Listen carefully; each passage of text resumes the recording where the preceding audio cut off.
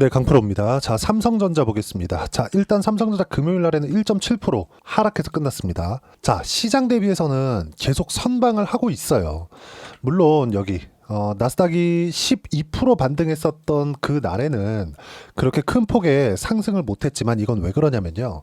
앞으로의 불안감이 있기 때문에 그렇습니다. 그 불안감은 관세예요. 삼성전자 때문에 하락하는 한국 시장에 대한 움직임은 이제 끝났습니다. 왜? 5만 원까지 내려와 있기 때문이고 이 5만 원대에서는 삼성전자는 추가적으로 하락하지 않습니다. 추가적으로 하락하기 위한 조건은 앞으로 실적이 꺾이는 모습을 확인을 해야 돼요. 왜? 보세요. 삼성전자가 8만 원 이상으로 올라가기 위해서 또는 7만 원 이상으로 올라가기 위해서는 앞으로 성장할 수 있는 모멘텀을 만들어줘야 됩니다. 예를 들어서 하이닉스 같은 경우에는 성장할 수 있는 모멘텀을 만들어줬죠. 그게 뭡니까? HBM이에요. HBM 어디 들어가죠? AI 반도체. AI 반도체 뭐죠? GPU예요. GPU 어디서 만들죠? 물론 인텔에서도 만들고요. AMD에서도 만듭니다. 근데 여기 최근에 AI 데이터 센터에 들어가는 모든 GPU는 사실상 엔비디아에서 독점하고 있죠. 그러면 엔비디아에서 독점하고 있는 이 내용은요. 어떤 부분이 되느냐? 하이닉스의 성장 모멘텀으로 작용을 한 겁니다. 그래서 여기 하이닉스를 깔아다가 딱 밑에다 놓고 보잖아요. 그러면 상대적으로 조정을 받았을 때는 삼성전자가 더 많이 받고 상승을 할 때는 하이닉스가 더 많이 올라갑니다. 근데 이런 상황이 앞으로도 지속될 수 있는 상황이 나올 수 있겠죠. 근데 이런 하락이 또 나오기 위해서는 삼성전자의 실적 자체가 꺾여야 됩니다. 근데 지금 저는 오늘 시장 관련된 이야기를 드릴 거예요. 그리고 최근에 삼성전자가 하락을 했잖아요. 4월달 들어서. 이건 관세 문제 때문이 100%입니다. 근데 이 관세에 대한 이 해결책이 나왔어요. 이번 주에. 물론 다들 90일 유예 이렇게만 생각을 하실 텐데 트럼프가 약점을 드러냈고 이 약점을 시장에서 파고 들었습니다. 물론 그 뒤에 누가 있다 이런 음모론적인 이야기들도 있는데 우리는 그냥 눈에 보이는 대로 생각하면 돼요. 자, 그럼 삼성전자가 왜 5만 원 이하로 떨어지지 않느냐? 앞으로 성장에 대한 그 모멘텀을 아직까지 만든 것은 아니에요. 근데 삼성전자는 돈을 잘 벌어요. 물론 그게 반도체 사업부만 봐서는 지금 하이닉스에서 좀 뒤처져 있는 것은 사실입니다. 왜? 하이닉스가 HBM을 석권한 결과 엔비디아 쪽으로 100% 독점 납품을 하고 있고 그리고 이건 25년 완판, 26년 완판, 27년도까지 모두 완판이 돼 있는 상황입니다. 그러면 이때까지는 AI 반도체가 계속해서 필요하다는 내용이 되겠죠. 근데 여기서 특이한 사항이 있죠. 반도체는. 이때가 되잖아요. 신제품으로 교체 수요가 발생합니다. 자, 그러면 우리가 한 가지를 더 생각해 볼게요. 엔비디아의 신제품 주기가 어떻게 되죠? 대략 2년에서 3년입니다. 원래 한 3년 정도, 3년이 채 못 되는 주기였는데 최근에 젠슨 왕이 이걸 땡겼어요. 여기에다가 삼성전자가 바로 퀄 테스트를 통과해서 다음 세대, 다다음 세대 들어갈 수 있어요. 이런 얘기는 그때 가봐야 알겠죠. 근데 제가 말씀드리고자 하는 내용은 뭐냐? 삼성전자는 그쵸? 딥시크 쪽을 봐야 됩니다. 딥시크에서 H20 그쵸? 지금 최근에 나온 GB200이나 B200이나 그쵸? 이런 쪽은 중국으로 못 들어가고 있잖아요. 자, 근데 딥시크 충격이 있었을 때 그 충격이 중국이 엄청나네.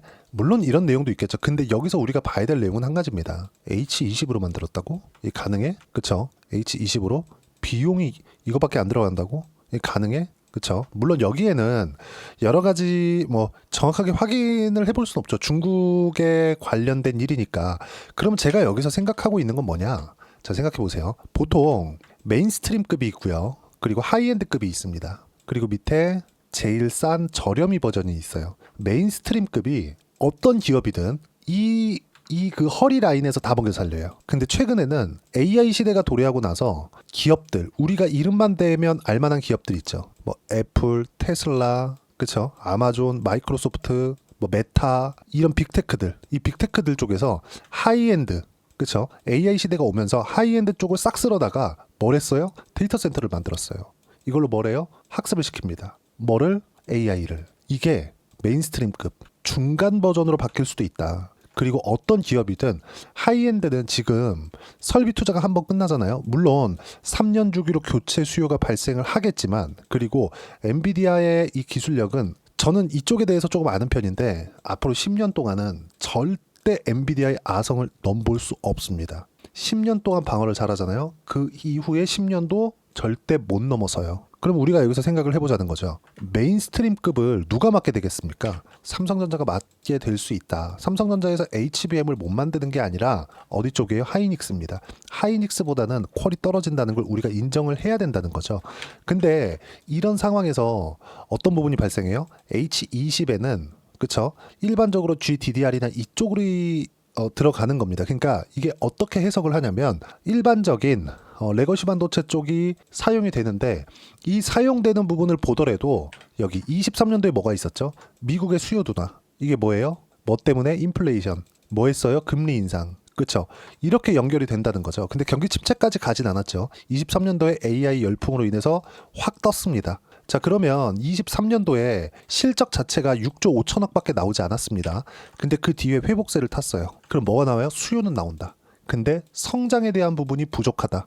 앞으로 성장에 대한 부분을 채워야겠지만 지금 이 상황에서 돈을 이렇게 벌고 있는데 그게 물론 반도체 부문에서 원하는 이익률이 나오지 않는다고 하더라도 삼성전자는 5만 원 이하로 떨어질 가능성은 0%다. 그렇죠? 근데 여기서 만약에 1%, 2%, 3%, 5%이 정도까지 가능성을 잡아낼 수 있는 게 미국 시장의 움직임 때문입니다. 미국 시장의 움직임 지금 어때요? 개판이죠. 왜 그래요? 관세 때문에. 이 관세에 대한 실마리가 지금 잡혀가고 있어요. 잡혀가고. 자, 왜 그런지 이야기를 드리겠습니다. 업종 차트 먼저 보여드릴게요. 한국 시장에. 자, 내용 어때요? 코스피 개박살 났죠? 그쵸?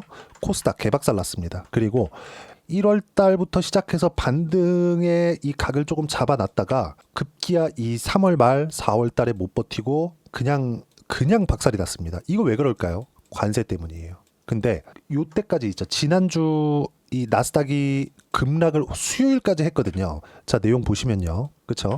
여기 월요일까지 했죠. 지난주 목요일, 금요일 그리고 월요일 시가까지 하락시킨 결과 이건 어땠습니까? 이때 3거래일 동안 딱 3거래일 동안 18% 정도 빠졌거든요. 전체적으로 하락한 이 구간을 보면 2월 말부터 시작해서 26% 빠졌습니다. 나스닥이 26% 빠지잖아요. 그러면 헤이지펀드 쪽에서 반대 매매가 나옵니다. 근데 이 반대 매매가 나오는, 그러니까 흔히 얘기하는 마진콜이라고 하는 거예요. 한글로 했을 때 반대 매매라고 표현을 하는 거고요. 이게 우리가 신용을 사용해서 주식을 매수했을 때 나오는 반대 매매하고는 좀 다릅니다. 이게 어디까지 연결이 되어 있냐면 미국 국채까지 연결이 되어 있어요. 금융권은 그쵸? 헤지펀드 쪽을 포함해서 금융권들은 미국의 국채를 가지고 있습니다. 그리고 최근에 그쵸? 미국의 국채 총량 대비해서 23%가 타국입니다. 그리고 77%가 자국 내에서 소화가 돼요. 그럼 여기서 주가가 박살나잖아요. 이게 국채를 담보로 돈을 가지고 뭘 한다? 주식을 삽니다. 이걸 몇 바퀴 돌리면 이쪽에서 주가가 한 10%, 20%씩 빠지잖아요. 그러면 최근에 이런 상태로 빠지잖아요. 준비가 안 된 상태에서 빠진 거잖아요. 어떻게 됩니까? 금융시장이 붕괴해요. 붕괴되면 어떻게 돼요? 채권을 팔아야 돼요. 채권을 팔면 어떻게 돼요? 채권 금리가 급등합니다. 그 상황이 이 상황이 된 겁니다. 지금 미국 10년물 국채 수익률. 그렇죠? 자, 제가 세로 고침해서 보여드릴게요. 자, 내용을 보시면 우리가 명확하게 알 수 있는 부분이 있어요. 자, 보세요. 4.494% 미국 10년물. 이거 30년물은 5% 근접하는 순간 트럼프가 90일 유예를 때린 겁니다. 그쵸? 90일 유예. 중국만 때리겠다. 근데 오늘 중국에서도 125%. 지금 미국에서 중국으로 중국형 물건에 대한 관세는 145%가 찍혀 있고 중국은 125%까지 올리겠다고 천명을 했어요. 근데 둘 다 지금 145 대 125%로 맞붙고 있는 거잖아요. 근데 중국에서 더 이상 의미 없다. 나 이제 더 이상 대화 안 해. 이렇게 얘기한 겁니다. 저는 미국을 좋아합니다. 근데 트럼프가 졌어요. 저는 트럼프가 뭔가 이 뒷이야기가 있을 거라고 생각했거든요. 이런 거에 대한 준비가 되어 있을 거라고 생각했는데 제 지난 영상들을 봐오신 분들은 아실 겁니다. 제가 금리를 무조건 봐야 된다. 금리에 대한 부분 정말 중요하다. 그래야 시장이 안전 구간으로 들어갈 수 있고 그리고 시장이 안전 구간에 들어가야 삼성전자의 주가도 안정적으로 그쵸? 여기 장기 이평선 돌파해가면서 7만 원 이상으로 올라갈 수 있다고 이야기를 꾸준하게 들어왔었는데 이게 해결이 돼야 된다는 겁니다. 근데 이걸로 인해서 관세가 해결되는 상황이 지금 와버렸다. 자, 어떤 움직임이 나왔느냐? 지금 금리가 폭발적으로 상승하기 시작하니까 그쵸? 보스턴 연은 총재 수잔 콜린스입니다. 시장은 여전히 잘 작동하고 있다. 움직임에 주목해라. 그쵸? 지금 요 내용 있죠? 이 금리가 높아지는 상황이 오게 되면 어떤 상황이 오게 되냐면요. 트럼프의 근간도 흔들립니다. 자, 내용 보세요. 10년물 국채 금리에 따라서 지금 트럼프 지지층들이 어디죠? 블루칼라들이라고 공공연하게 이야기를 하고 있죠. 난 월스트리트를 위한 대통령이 아니야. 나는 메인스트리트, 블루칼라들을 위한 대통령이 될 거야. 서민들을 위한 대통령이 될 거야. 그래서 당선이 된 겁니다. 그러기 위해선 제조업의 적, 중국을 때려야 돼. 이렇게 된 거예요. 근데 중국을 때리다 보니까 금리를 못 잡았네. 저는 이 금리에 대한 부분을 생각하고 있을 거라고 생각했습니다. 그리고 재무장관이 있죠. 스콧 베센트. 이 스콧 베센트 장관은 금리 전문가거든요. 환율, 외환시장, 그리고 금리, 채권시장 이쪽 전문가입니다. 조지 소로스가 이름을 날렸던 그 모든 행동 하나하나에는 실무자 역할을 했었던 게 스콧 베센트입니다. 그러면 이런 내용들이 있었는데 트럼프가 말을 안 들었다는 거죠. 그리고 금리가 이 기준금리에 대한 부분이 아니라 채권금리가 이렇게 인상이 아니죠. 이거는 시장금리니까 올라가게 되잖아요. 채권을 계속해서 매도해서 올라가게 되잖아요. 어떻게 됩니까? 보세요. 주택담보대출, 그리고 미국인들은 자동차 할부 많이 쓰겠죠.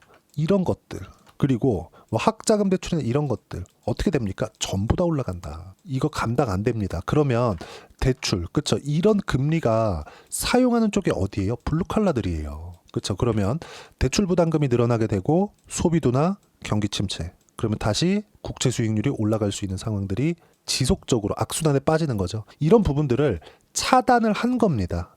누가? 이분이. 아직까지는 문제 없다. 근데 만약에 나오게 되면, 그쵸? 이런 문제점들이 발생하게 되면 연준에서 직접적으로 들어가서 다 커버할게. 뭐 한다는 소리입니까? 여러 가지 방법이야 많아요. 이게 뭐예요? 양적 완화. 그쵸? 다음 주부터 시장은 빠르게 안정이 될 겁니다. 그리고 트럼프도 발이 묶였어요. 여기서 추가적으로 무언가 할 수 없습니다. 이거 10년물 국채니까 그렇지 30년물 보잖아요. 자, 보세요. 30년물 4.877. 그쵸? 최고 어디예요? 4.974. 그쵸? 자, 그러면 트럼프의 발이 묶였기 때문에 이쪽에서 뭐가 나와요? 관세 관련된 얘기가 오늘 한마디도 안 나왔다. 딱 한마디 나왔습니다. 자, 다들 알고 계실 텐데 트럼프 임기 중에는 트럼프가 사용하고 있는 트럼프 소셜, 이거 꼭 봐야 됩니다. 이거 트럼프가 오늘 이렇게 말해도 될지 모르겠는데 저 정말 그 시진핑을 싫어하는데 저는 항상 이 트럼프 대통령이라고 항상 불렀는데 이렇게까지 대책 없이 일을 저질러 넣을 줄 몰랐죠. 아니 설마 베센트가 옆에 붙어 있는데, 근데 회의하는 내용이 공개됐잖아요. 아무도 그 얘기를 하지 않더라고요. 전부 다 칭찬만 하고 있어. 지그들끼리. 이게 말이 됩니까 이게?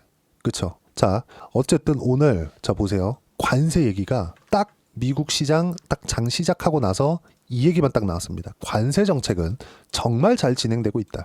미국과 전 세계에 매우 흥미로운 소식이다. 빠르게 발전하고 있습니다. DJT. 그쵸? 도널드 J 트럼프의 약자입니다. 가장 중요한 이야기를 DJT라고 딱 쓴 거예요. 별 이야기가 없어요 오늘. 그쵸?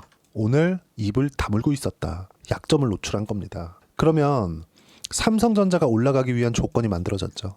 미국 시장의 안정화. 물론 지금 최근에 엄청나게 많이 빠졌기 때문에 이 빠진 폭을 한 방에 다 되돌릴 수는 없어요. 그리고 한 방에 다 되돌렸을 경우에는 차익 매물이 나옵니다. 자 보세요. 4월 9일 날 트럼프가 90일 유예한다는 얘기가 나오자마자 12% 급등해버렸죠. 이런 상승은 비정상입니다. 이거는 숏 커버링이 나오거나 숏 스퀴즈가 나와서 발생한 거고, 그리고 나서 빠지고 지금 2% 상승해서 끝났거든요. 다음 주부터 점진적인 상승세가 나오고 조정도 나오고 이렇게 될 거예요.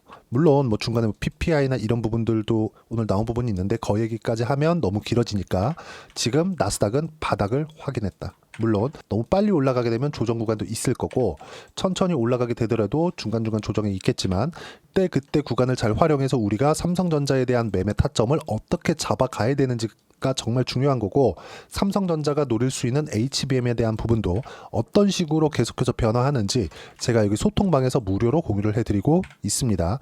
자, 내용 보시면 자 보세요. 4월 12일 토요일인데도 불구하고 제가 새벽 3시에 이야기를 드렸죠. 금요일 코스닥 강세, 주도주 강세, 바이오 등 코스피 약세 이후 미증시 안정화가 없었기 때문에 그래도 폭락은 끝났다. 미증시 폭락이 계속되려면 트럼프가 채권을 무시하고 질러야 되는데 절대 그럴 수 없다. 왜?